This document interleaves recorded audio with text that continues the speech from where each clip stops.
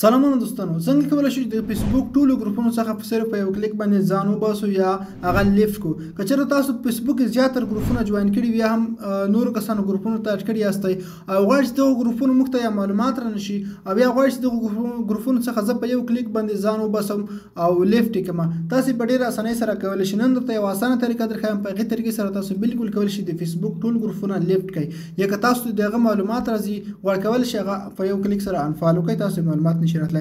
رابشي دوستان دغه لپاره فیسبوک د کلم چې فیسبوک را خلاص کړئ، دلته تاسو د ګروپ اپشن چې کوم ښکاري په دغه به ورته کلیک واخلئ. کلم دوستان دلته کلیک واخیسته، که دغه ځای کې ستاسو سره دغه ګروپ اپشن نه و، ستاسو موبایل په ستاسو د فیسبوک په د ایکونو کې راشه، په دې دریو خطونو ورته کلیک واخلئ. دلته تاسو ته ګروپ اپشن راځي، په دغه تاسو کولی شئ. خو دغه نه مخکې یو کوچنۍ غوښتنه کوم، که تر څو پیدا زموږ په چینل کې نوي وای یا زموږ په پیج کې نوي وای، نو زموږ پیج فالو کړئ، زموږ چینل سبسکرایب کړئ. رابشئ دوستانو دلته په دې ګروپ اپشن باندې به ورته کلیک واخلئ، تاسو ته به دغه ګروپونه ټول دلته ښکاره شي، خپل شو شي چې تاسو څومره ګروپونه جوین کړي دي.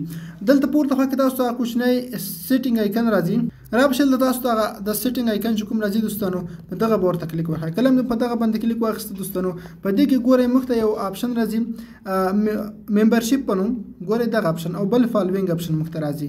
رابشئ په دغه ممبرشپ باندې به کلیک واخلئ. په دې کې دوستانو تاسو کوم ګروپ غواړئ لیفټ کې صرف په هغه باندې یو ځل درسي کلیک کوئ. ګورئ دا ګروپ لیفټ شو، په لیفټ باندې کلیک واخلئ، دا ګروپ به لیفټ شي. دغه ځای نه تاسو په ډېرې اسانۍ سره دا ګروپونه لیفټ کولی شئ. څومره ګروپونه تاسو سره جوین دي هغه تاسو بیا دغه ځای نه په اسانۍ سره لیفټ کولی شئ.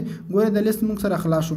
او دوستانو که غواړئ چې انفالو کې راشي، په فالوینګ باندې کلیک واخلئ. کوم ګروپ غواړئ چې دغه معلومات ماته رانشي، په هغه فالوینګ باندې کلیک واخلئ، دا به انفالو شي. دغه ځای نه تاسو په اسانۍ سره انفالو کولی شئ.